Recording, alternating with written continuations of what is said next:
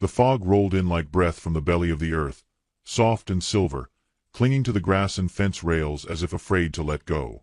The land lay hushed beneath it, soaked in spring's slow promise, wet soil, swollen creek beds, and the sharp green of new things pushing up through winter's grief. On a rise above the pasture stood a man, still as a fence post, hat brim low, eyes tracing the faint figure cutting across his land. Colt Mallory didn't like surprises. He liked dawns that came slow, horses that minded their training, and days that passed without a fuss. But this morning, through the slow-pouring mist, something unfamiliar moved, a woman walking with the rhythm of someone who didn't beg the land for mercy, but endured it with grace. She led a Mustang, raw-boned and beautiful, its eyes wild, hooves hesitant on soft ground. Colt's brow furrowed beneath his hat. Strangers rarely came this way. Fewer still walked in on foot, dragging a storm-eyed stallion behind them. She came to the fence line and paused, letting the horse nuzzle the dew-laced wire. Her dress was worn but not ragged, a hem frayed by distance. She wore no bonnet, only a braid, thick and dark, coiled like a rope over one shoulder. Colt said nothing. Neither did she. "I ain't lookin' for charity," she said at last, her voice low and sure, carrying across the fence like a prayer spoken to no one. "Just need a place to work with him. A few days. I'll stay out of your way." Colt shifted his weight, the wood of the porch groaning under his boots. The dog at his feet, old and lame in the hind legs, gave a quiet whine. "You planning to pay in rainwater and good intentions?" Her gaze didn't waver. "Got some coin. Not much. But I've got more sense than to camp near town. Out here's better. Quieter." Colt studied the horse, who tossed his head and blew hard through flared nostrils. A Mustang, newly caught. Not broken, barely touched. The woman, on the other hand, looked like someone who'd been broken and built herself back with no help at all. He gestured toward the barn with the smallest nod. "Loft's dry. Creek's still runnin'. Don't let him near the west pasture. My mare won't have it." She inclined her head, just a breath of thanks, and led the horse on. Colt watched until the fog swallowed her again. That night, he lit a fire in the stove, fed the dog scraps from a tin, and sat by the window longer than usual. He didn't know her name. Didn't know what kind of woman brought a wild thing into the middle of nowhere and asked for nothing but space. But he remembered the way she stood, like someone who'd already been turned away too many times to beg again. Morning broke slow and gold. The fog lifted, and with it, the quiet returned to its usual rhythm. Chickens scratching, the creak of the windmill, the low call of doves nesting in the eaves. Colt saddled his mare and rode the fence line, eyes drawn now and again toward the far paddock where she worked. She had the Mustang in a rough round pen made from borrowed logs and stubborn ingenuity. No whip, no shouting. Just a rope, patience, and a soft humming he couldn't make out. The horse circled her like a shadow with too much memory. Day after day, he watched her shape silence into trust. By the third morning, he left a coil of better rope near the barn door. She didn't thank him, but she used it. That afternoon, she brought in a pail of creek water and washed his porch without being asked. She said nothing when he came outside, only kept scrubbing as if his space had become hers to tend. The Mustang softened. So did something in him. Her name, he learned on the 5th day, was Lily. She said it when the old dog wandered to her camp, and she coaxed him back with jerky from her pack. "Lily Vale," she told the dog, not the man, as she scratched behind his ears. "You're a good boy. Don't let that sour old man tell you different." Colt, from the porch, sipped his coffee and made no comment. He didn't ask where she was from. He didn't ask where she meant to go. But he began to notice things. A stitched tear in her sleeve, the way she checked the sky before every chore, as if expecting trouble to come in the shape of weather or men. She mended one of his fence posts after a windstorm. He brought her half a loaf of bread and didn't say why. They never spoke longer than a few words, but the words mattered. No fluff, no lies. Just truths made small and sharp. One evening, clouds bruised the sky. Rain came in soft sheets, dappling the dust, pooling under the eaves. Colt sat on the porch, coat pulled tight. She came up the steps quiet as dusk and stood beside him, hands calloused, skirt hem wet. "The horse took a saddle today," she said, voice low, almost reverent. "Didn't think he'd come round so soon." "He didn't come round. He just stopped fighting me." Colt thought about that a moment. Sometimes that's worse. They didn't speak after that. Just sat listening to the rain. She didn't ask to come inside. He didn't offer. But something passed between them all the same, like a door cracking open just enough to let the light through. Spring deepened. The days lengthened, and the Mustang no longer shied from her touch. He'd still bolt at loud noises, still test the rope, but there was a quiet between them now. Mutual understanding. Colt saw it and recognized it. The horse wasn't tamed. He was met halfway, like he was with her. Colt wasn't young. His hands were worn, knuckles scarred. He'd buried a wife in hard earth 5 years ago and hadn't let anyone close since. But watching Lily in the early morning haze, whispering to a creature everyone else would have broken with brute force, something inside him softened. She never spoke about herself unless pressed. He never pressed. But when she handed him a piece of tack one morning, asking for a second opinion, and their fingers brushed, brief, barely there, it felt like a promise neither of them had made out loud yet. That night, Colt dreamt of a woman standing in a field of wildflowers, hair caught in the wind, a Mustang circling her like a sentinel. When he woke, the fire had gone out. But the warmth remained. He didn't know what she was running from. Maybe she wasn't running at all. Maybe she was just tired of being told where she belonged. But he did know this. She wasn't just gentling that horse. She was trying to reclaim something of herself. And whether she meant to or not, she was starting to do the same to him. A week in, and the Mustang followed her without a rope. She rode him bareback in the field just beyond the barn, hair loose, face calm. Colt watched from a distance, one hand resting on the porch rail like it might steady him. The dog barked once. A hawk wheeled overhead. The wind shifted, carrying the scent of lilacs and damp wood. And for the first time in years, Colt Mallory felt something he hadn't dared name. Hope. Not loud. Not sudden. Just quiet enough to notice. And just strong enough to stay. The mornings came earlier now, stretched thinner by spring's lengthening light. The frost had lifted from the fields, though Colt still found it clinging to his bones when he rose. He moved slower than he used to, rheumatism in the knees, time in the shoulders, but habit kept him steady. Feed the stock. Check the fence line. Mend what's fraying before it tears. Each morning, Lily was already at work. She moved with a quiet rhythm, her days shaped by patience and instinct. The Mustang, she called him Flint now, was no longer wild-eyed, though he kept a wary distance from all but her. He shadowed her like a second spine, alert to her breath, her hands, her unspoken commands. Colt watched from the edges, from the porch or the barn, never interfering. It wasn't just the horse she was gentling. It was the silence, the space between people, the ache that builds up in a place too long left alone. He didn't know when it happened, but her presence became part of the ranch's soundscape. Not loud, never that. Just a steady undercurrent. The soft clink of her stirrups as she led Flint. The faint scrape of a knife as she peeled apples by the water trough. Sometimes, he caught her humming, low and dusky, like wind through cottonwood leaves.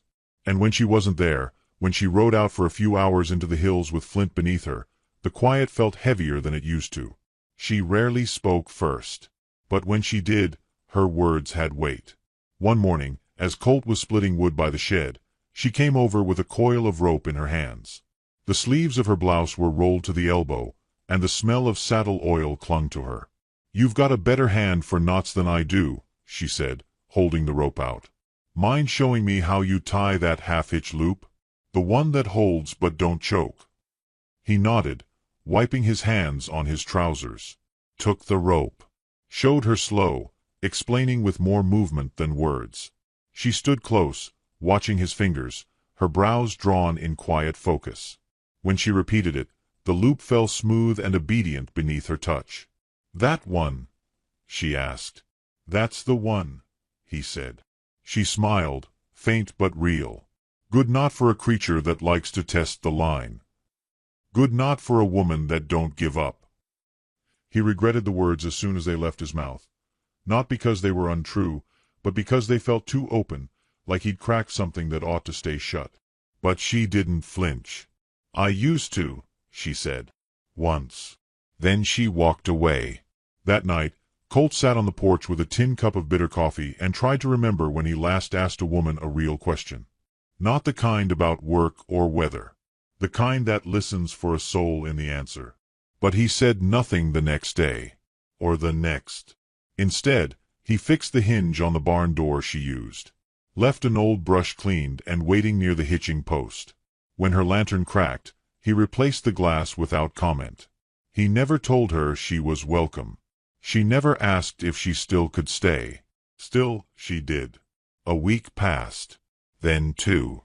One evening, after a long day and a short meal, Lily lingered near the porch steps, twisting the hem of her sleeve between calloused fingers. "I never asked," she said. "Why you let me stay." Colt didn't look at her right away. He watched the horizon instead, soft with the purple of almost night, clouds moving like breath. "You weren't asking for much," he said finally. "And I had more than I needed." She nodded, looking down. "My husband used to say that," she murmured, "right before reminding me I was a burden." Colt turned then. Met her eyes. "You ain't a burden, Lily." "I know," she said, but the words sounded rehearsed, like something she told herself in mirrors. He wanted to ask more. To find out what had shaped the woman before she came walking into his fog, Mustang in tow, pride stitched into every seam. But he also knew the weight of stories not ready to be told. So he only said, "You're easy to have around." That, too, was the truth. Spring pressed on. Rain came in bursts, feeding the creeks, coaxing wildflowers from the earth. Lily began riding Flint further afield, sometimes disappearing for half a day, always returning with sun on her skin and a clearer look in her eye. Colt pretended not to notice how the place felt different when she was gone. One afternoon, he found her up by the north field, kneeling beside the old fence post he'd meant to fix for a month. She had a hammer in hand and fresh nails lined along the ground. Her hair was pinned back with a stick of cedar, and her sleeves were dusted with pollen. He rode up slow, dismounted. "Didn't know I hired help." "You didn't," she said, not looking up. "But this land gave me a place when I needed it. Figure I owe it something." Colt leaned against the saddle horn, watching her hands. "That post's rotted through," he said. "Won't hold long." "Still worth trying," she replied. "Until it breaks." He didn't speak. Just went and fetched a better post from the shed. They worked side by side until the sun dropped behind the hills. Not many words. Just the sound of labor, of effort shared, of people who had stopped expecting anything and yet had somehow begun to build something anyway. Later that night, as he sat by the fire mending an old cinched strap, she came in through the open door, just stepped across the threshold without knocking. He looked up, startled but not displeased. "I brought something," she said, holding out a tin of blackberries. "Where'd you find berries this early?" "Down by the hollow. South-facing slope. Spring runs faster there." He took the tin, nodded his thanks. She turned to leave, then paused. "There was a man," she said. "Back east. Said I was too stubborn for gentler things. Said a woman like me needed to be tamed before I'd be worth anything." Colt said nothing. Lily looked at the fire, shadows dancing in her eyes. "I married him anyway. Thought maybe he was right." He stood slowly, the cinched strap falling forgotten to the floor. "He wasn't." She looked up at him, searching. "No, he wasn't." And for a long moment, neither moved. Outside, the wind brushed through the cottonwoods. A coyote called far off, lonesome and sharp. Colt bent, picked up the strap again. The moment passed. But something had shifted. Later, as she walked back to the barn, Colt stood at the door and watched until her lantern flickered to life in the loft window. The dog sighed by his boots. The fire crackled low. There were no declarations. No promises. Just two people learning the language of quiet things. And somewhere, deep in the land between them, something began to root. The days came gentler now. Spring had settled into the land's bones, stretching its green fingers across every acre, coaxing life from what had seemed long barren. Colts of all kinds were being born across the country. Foals on distant ranches, saplings in broken soil, and maybe something unnamed between two people learning the weight of being seen.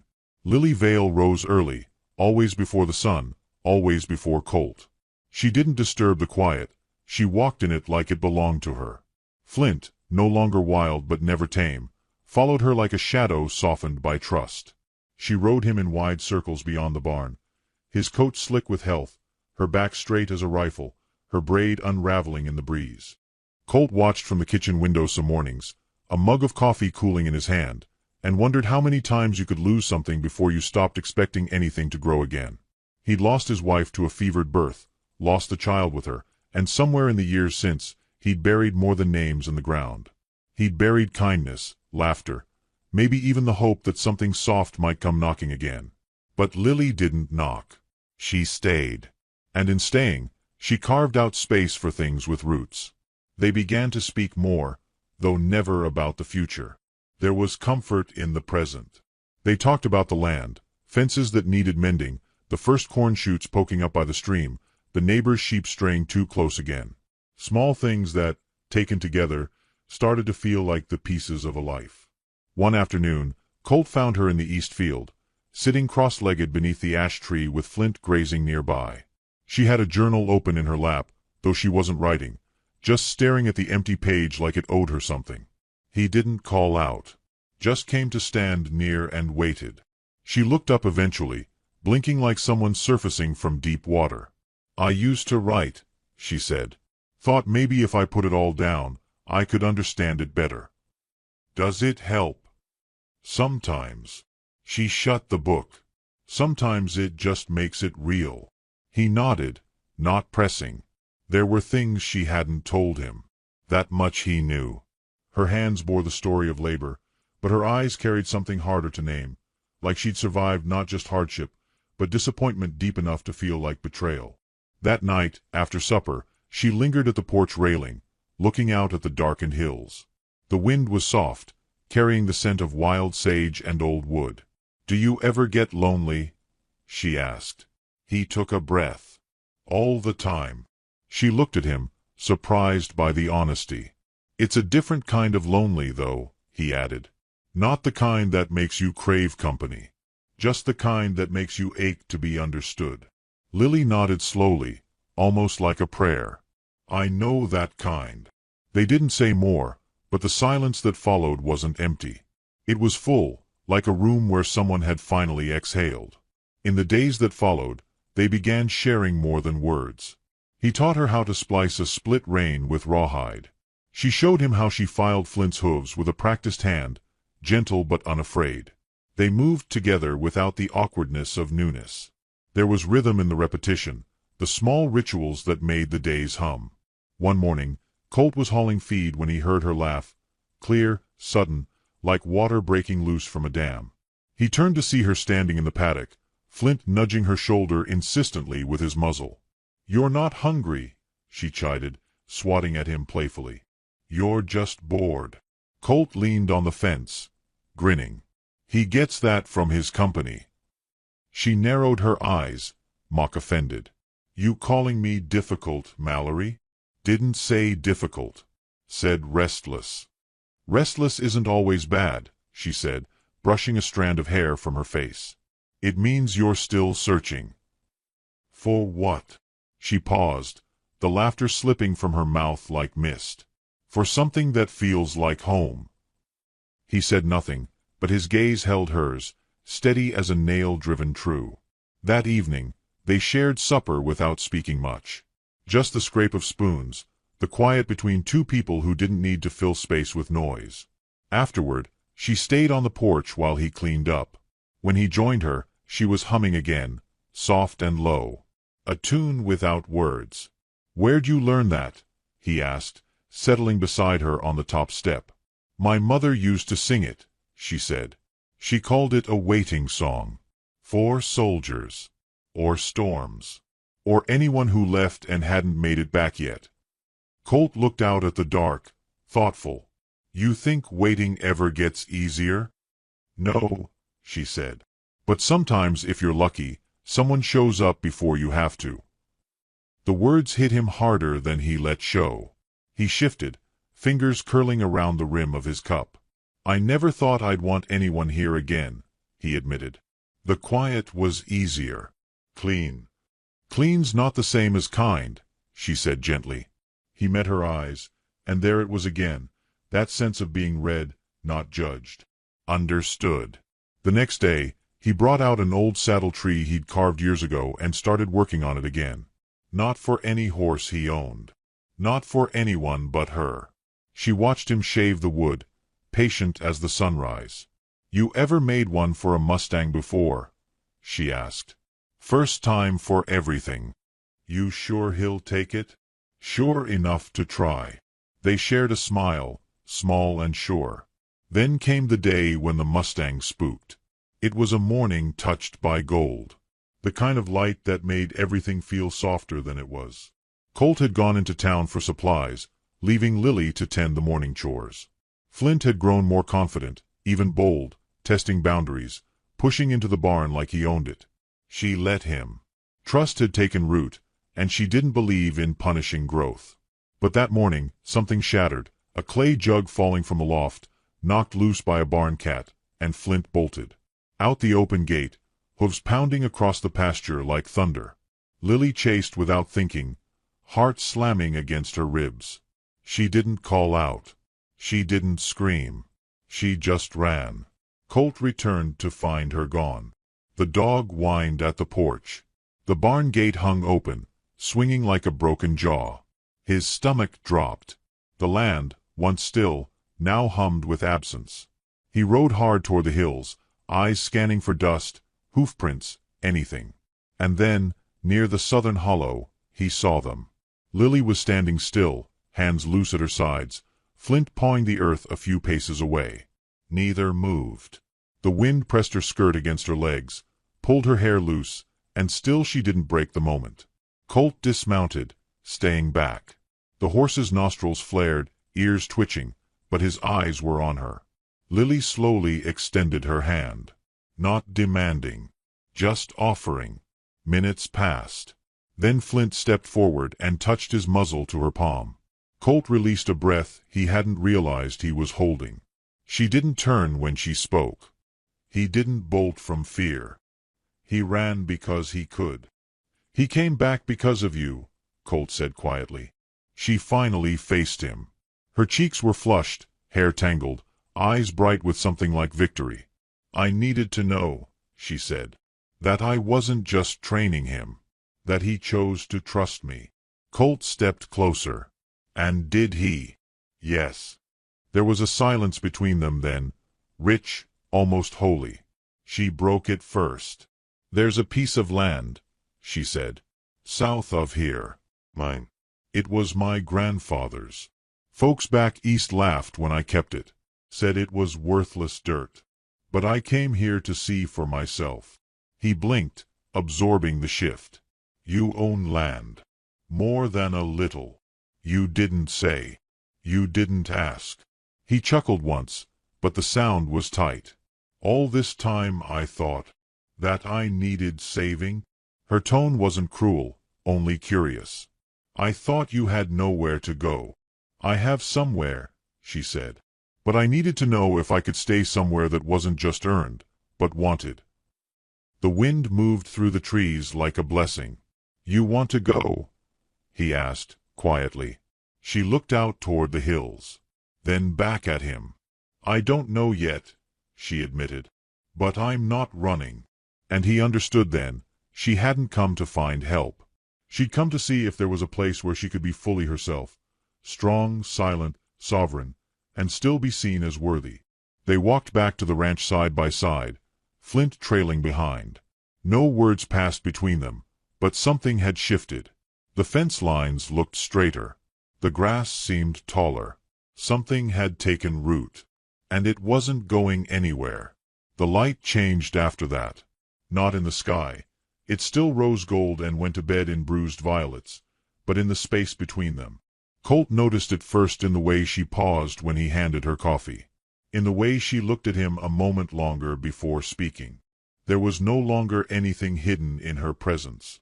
She walked like a woman unburdened, not by forgetting, but by finally choosing what to carry. Lily had begun clearing the small field west of the barn. She did it without asking, moving rocks, stacking brush, breaking earth with an old hoe she sharpened herself. Flint grazed nearby, tethered loosely, content to watch. She said she wanted to plant something. Not for food, not for show, just to see if the ground remembered how to bloom.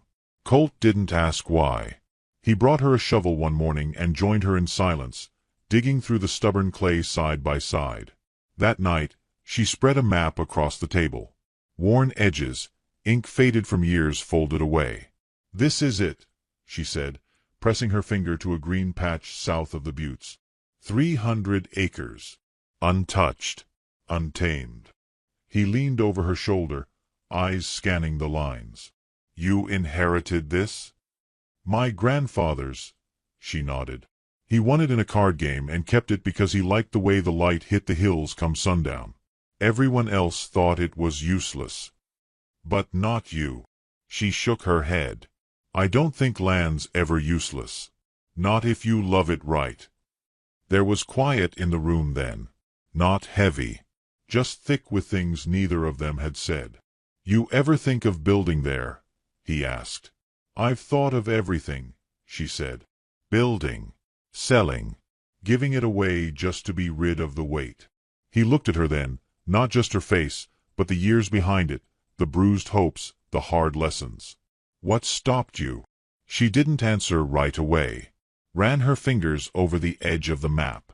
"I think," she said slowly, "I needed to prove to myself that I could be seen. Not for the land. Not for the story. Just for me." He nodded. "And I'm starting to believe I can." There was no reply needed after that. He folded the map gently, handed it back, and she held it like something sacred. The days warmed. The air smelled of cottonwood sap and turned earth. The Mustang's coat shed into summer sleekness. They worked the land together, not as owners or partners, but as people who had stopped naming the space between them. Sometimes she cooked. Sometimes he did. Most nights, they sat on the porch until the stars blinked awake, saying little but hearing everything. Still, something in Colt stirred restless. One morning, while Lily was riding Flint along the southern ridge, he found her satchel near the barn. The flap had come loose. He meant to tuck it closed, a simple courtesy, but a folded sheaf of paper spilled free, a copy of the deed, crisp and legal, stamped and signed. It caught the breeze and fluttered like a leaf across the porch. He stooped to retrieve it, eyes catching the sum total of her inheritance, her name etched in bold. Lily Vale, legal owner of more land than most men dared dream of. He stood for a long time, staring at that paper. It wasn't the land that shook him. It was the realization that he had never once asked what she had given up to come here. Never asked what it cost to be underestimated, again and again, by men like him. Men who saw her strength and mistook it for need. When she returned, wind-blown and flushed from the ride, he was quiet. She dismounted, untacking Flint with practiced ease, and looked at him from beneath the brim of her hat. "What is it?" she asked, not unkindly. He hesitated, then held up the deed. "This came loose." She didn't flinch. Just took it back with steady hands and tucked it away. "I figured you knew," she said. "I didn't. You never asked." Silence pressed in. Not bitter, not cold, but full. "Why'd you come here, Lily? Really?" She leaned against the post, arms folded, eyes turned toward the hills. "I came because I was tired of being small in a room full of men with smaller hearts. Back east, a woman's worth is measured in what she gives away, her beauty, her obedience, her silence. I was told I should sell my land, marry quick, and stop pretending I knew anything about running a ranch.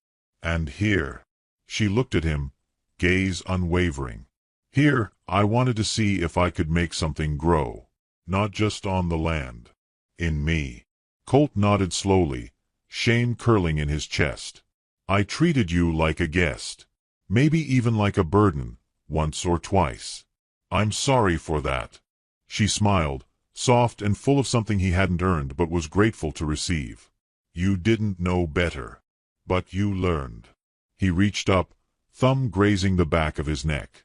Do you want to stay? I don't know, she said, voice honest. I didn't come to stay. I came to remember who I am. But now. He waited. Now it feels like I'm part of something. Even if it's just the dust on your boots or the smoke from your fire. They stood there, two people who had built their walls high and their lives quiet, looking at each other without masks. That night, a storm rolled in. Not thunder and flash, but one of those slow, creeping tempests that steals into the bones and makes the air thick. Lily moved Flint to shelter. Colt double-checked the barn doors. And then, without discussion, they both found themselves in the kitchen, watching the sky bruise with cloud. He poured her coffee. She sipped it standing. I'm not afraid of hard weather, she said. I know. But sometimes, I get tired of fighting it alone. He looked at her, something aching behind his eyes. You're not alone. The rain started soft, barely more than a whisper. She set down her cup. If I stayed, she asked, would it be as a guest or something else? The room held its breath. Not a guest, he said finally. Then what? He didn't have the word. Not yet. But he stepped forward, hands in his pockets, close enough that she could feel the heat of him. Whatever you want to be. Whatever you already are. Her breath caught, not from shock but from recognition. Then, without fuss or fire, she leaned in, her forehead brushing his chest, and he rested his chin on her hair. They stood like that as the rain fell harder. Outside, the wind bent the cottonwoods. Inside, something stood taller than it had in years. By morning, the storm had passed, and the fields drank deep from the sky's offering. Lily went to the garden. Colt followed her, watching her plant the first seed. Not food. Not flowers. Just a seed she'd carried with her since her mother's death. A red hollyhock, tough and tender, with petals the color of old love letters. She pressed it into the soil like a promise. Won't bloom until next year, she said. That's all right, he replied. Some things are worth waiting for. She looked at him then, not hopeful, not hesitant, but steady. He saw it in her face. She hadn't come to find a place to settle. She had come to see if she could carry the land inside her, and still find room for someone else. And now, she had. The sun broke through the last of the storm clouds. They stood in the garden, earth still wet, hands empty but not alone.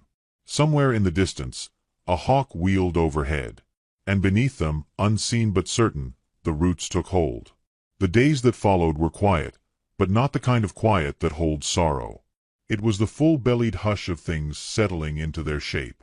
The garden took to life, rose still small and stubborn, but green with the certainty of growth. Flint no longer needed the tether. He followed Lily like he'd been born beside her, his eyes softer now, full of understanding instead of fear.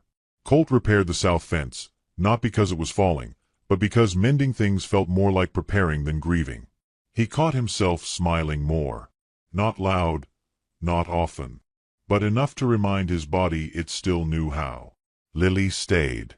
Not because he asked, and not because she had nowhere else to go. She stayed because the land had accepted her, its rhythm, its language, its silences, and because, in Colt, she had found a man who saw her not as a marvel, not as a mystery, but as a whole person, weathered and wondrous all the same. But peace, like spring, is always borrowed. The storm came without the usual warning. No smell of wet sage on the breeze. No far-off roll of thunder. Just a sudden shift in the air that turned the morning hot and still as held breath. Colt noticed it first, the way the chickens went silent, the way the dog refused to leave the porch. The sky above the buttes turned a color he hadn't seen in years, greenish, like bruised copper. A storm bred on heat and fury, the kind that rips trees out by the roots and scatters herds across counties. By midday, the clouds had thickened into a black wall. Lily stood in the garden, staring at the sky like she could read its intent. Her braid had loosened in the wind, and her hands were still dirty from planting. "That's not a rainstorm," she said. "No," Colt replied, gripping his gloves tighter. "That's something meaner." They worked fast. The animals were driven into shelter. The tools stowed. Windows secured. The barn doors bolted. Flint was restless. He kicked at the stall and whinnied low, unease trembling through his frame. "He needs space," Lily said, already climbing into the pen. "He won't do well boxed in." "He'll do worse if he gets caught in it," Colt warned, eyes flicking to the horizon, where lightning spidered across the edge of the world. But she was already at Flint's side, running her hands along his neck, speaking to him in that low voice that sounded more like music than command. Colt knew better than to try pulling her away. 10 minutes, he said. "Then we ride it out in the cellar." She nodded, not turning. The wind came next, sharp and spinning, ripping up dust and pelting gravel against the barn roof. The dog barked once, then went quiet. Lily moved fast, unlatching the pen and leading Flint outside, toward the open pasture beyond the barn where the ground dipped just enough to give shelter. Colt cursed under his breath and ran after them. Lightning split the sky in a jagged scream. Thunder answered, full-throated and close. Lily kept her grip on the lead rope, even as Flint danced sideways, hooves sliding in the churned mud. "We need to get him down into the gully," she called, voice nearly lost in the wind. Colt took the rope from her hand. "I'll lead him. You take the east side and flush him forward if he freezes." She nodded again, no fear in her face, just the kind of focus that belongs to people who've been through worse and survived. They moved as one. Colt guiding, Lily pressing in from the flank.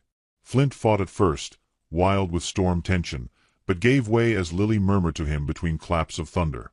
The rain broke over them a moment later, thick as spilled ink, drowning sound and sight in waves.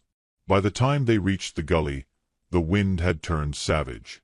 Trees leaned hard against the sky, and the earth felt alive underfoot. Colt tied Flint between two rocks and turned to Lily. "We stay here," he shouted. "Nothing's safer up top." She nodded and crouched beside him, both of them soaked to the skin, mud streaked up their arms. Flint stood between them, head low, muscles twitching. Then came the sound neither of them wanted to hear, a tearing roar followed by a crash so close it lifted the ground. One of the cottonwoods near the barn had gone down. Colt's heart dropped. "The roof won't hold," he said. "Let it fall," Lily replied. "We've got each other." He looked at her then, really looked. Her hair was plastered to her forehead, mud clinging to her jaw, eyes shining with stubborn life. And it hit him harder than any wind, that she wasn't the girl who had walked onto his land with a wild horse and a quiet mouth.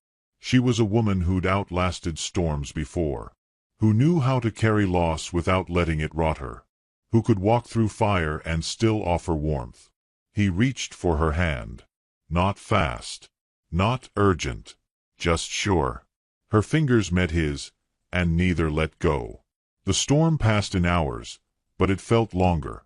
When the sky lightened, they rose together, every joint stiff, every breath a prayer. The barn had held. Barely. The roof sagged, a corner torn free, but the horses inside were safe. The porch had collapsed, and the water barrels lay shattered across the yard. But the house still stood. The garden had flattened, but not all was lost. They didn't speak as they walked back up the slope, Flint trailing behind, his sides heaving. The air still smelled of ozone and churned dirt. Smoke from a lightning-scorched tree curled into the sky. Colt turned to her as they stood on the rise, looking out at what remained. "We could have died. But we didn't," Lily said. "No," he agreed, voice rough. "We didn't." They didn't go inside right away. Instead, they sat on the steps where the porch had been, legs caked in mud, water running down their backs. He looked at her hands, still dirty, still strong. And he realized something he hadn't dared say. "I don't want you to leave." She turned to him, brows drawn soft. "I thought you wanted quiet." "I thought so too," he said. "But you're not noise. You're what makes the silence worth sitting in." She looked away, blinking rain from her lashes. then back again. I was waiting for you to say that, she whispered. Not because I needed it, but because it means you finally saw me. I saw you the day you arrived, he said. But I didn't know how to admit what I saw. What did you see? He took her hand again, muddy and worn. I saw a woman who never asked to be rescued, but who still managed to save me. Her lips parted, a breath caught between words and wonder. I've spent so long thinking strength meant standing alone, she said. But maybe it means choosing who stands beside you. They didn't kiss. Not yet. That wasn't how they worked. What passed between them wasn't about urgency or heat. It was the kind of love that grows from endurance, from respect, from two souls weathering the world together. That night, they slept near the fire, not because it was cold, but because they didn't want to be apart. He gave her the blanket without speaking. She tucked it around both of them. And in the flickering orange glow, her head on his shoulder, she whispered a truth that had lived in her for too long. You were right. That storm wasn't just weather. It was everything I've been carrying. He didn't need to ask what she meant, because in her voice, he heard the echo of every no, every leaving, every time someone told her she was too much or not enough. And in holding her hand, he knew she wasn't alone in that anymore. Come morning, they walked the land together. They started where the hollyhock seed had been planted. The soil was soaked through, some rows flattened. But the place where she'd knelt was untouched. She crouched again, brushed back the debris, and found the shoot. Still there. Still reaching. She looked up at Colt. It'll bloom next year, she said again. He offered her a smile, quiet and sure. So will we. The Mustang stood nearby, watching. The wind had gentled. The storm had passed. And in the stillness that followed, there was no silence. Only the sound of two lives, finally aligned, beginning again.